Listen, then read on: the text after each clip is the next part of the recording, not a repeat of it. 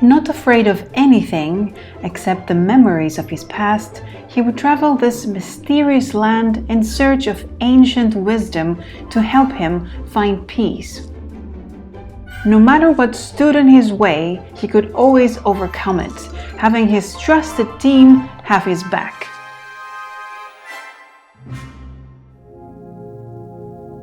Hello guys, it's Eleni and I welcome you to the first of a series of videos about the expedition leaders, the characters of the expansion for Lost Ruins of Arnak.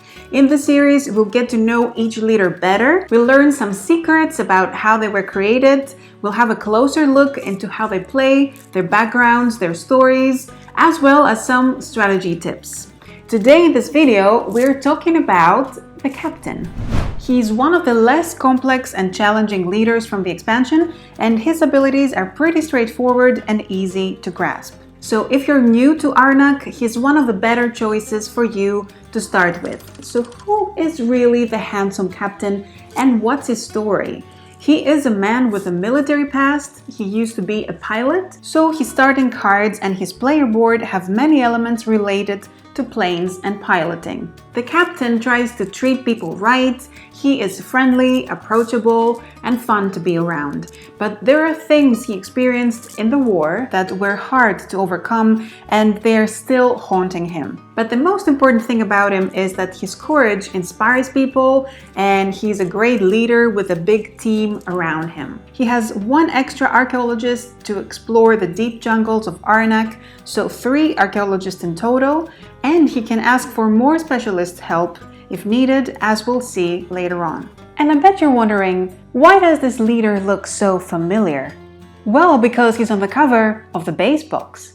The captain is one of the 3 leaders that was already on the box of the base game, so coming up with his player board appearance was slightly easier since his character was already defined. Visually, he's a nod to all the adventure classics, adventurous, excited, and a bit scruffy. His outfit was inspired by interwar fashion and well suited for jungle adventures.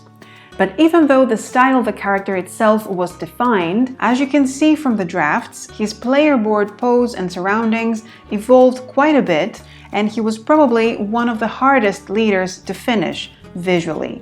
We wanted him to appear confident, capable, and trustworthy as someone whom you would entrust leadership in dangerous situations while still keeping his look welcoming and kind. So as mentioned already, the captain starts with 1 extra archaeologist instead of the regular 2. In the setup, the player will take the gray archaeologist and use it just like any other archaeologist in their color. The captain can also call on a specialist. This is done by placing a meeple on this spot on your player board. This will allow you to activate any silver assistant from the supply board, but you will not be able to use this archaeologist for the remainder of the round. One other thing you might have noticed on the captain's player board is the blue idol slot. Because of his pilot past, when placing an idol on the blue idol slots, he can get a compass and a plane as the idol bonus. And what does the captain's starting deck look like? First, we see that because of his war trauma, he has the hidden fear among his starting cards with a special ability if you exile it, with a -2 points at the end of the game if you don't. In addition to his hidden fear card, the captain also has 2 regular fears, so he starts with a total of 3 fear cards in his deck. With 3 fears, the captain's starting deck is considerably weaker than regular, but having an additional archaeologist definitely outweighs this disadvantage. The other cards in his starting deck are piloting, transmission, and funding. Piloting has a plane travel value and the option to buy 2 planes for 1 coin. With transmission, you gain an effect based on the number of archaeologists that are placed on the map. If you have 1 archaeologist, your only option is the first one. If you have 2, you can choose between the first and the second. Basically, you gain the effect that you currently qualify for or any of the lesser rewards. Remember though that an archaeologist placed on the player board in order to activate an assistant does not count as a placed archaeologist. Okay, so now you know everything there is to know about the captain, except for one thing.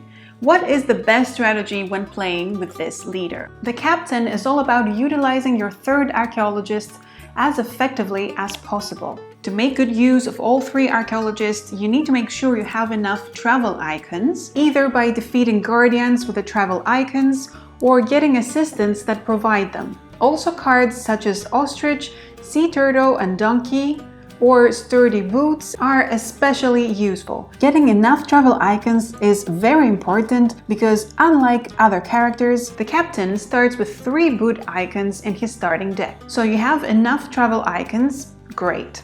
But those will go to waste if you have nothing to do with them, meaning you need to also have sites discovered. It would be a good idea to focus on discovering a site in the first round. You don't have to put much effort into exiling your fear cards early, as you will often have an archaeologist left over that can use the remaining boot icons to travel to campsites. As was mentioned before, the captain will probably benefit from exploring a lot of new sites. For this, it is great to get a good source of compasses so you can explore a lot and have more sites where you can send your archaeologists.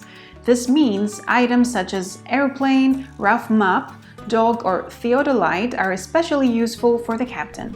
So that was it for the captain. You can go ahead and let us know in the comments if you have any more strategy tips you'd like to share with us and the rest of the world, or maybe you want to keep them for yourself. That's okay too. I will see you guys next week with more secrets about the next leader, the falconer.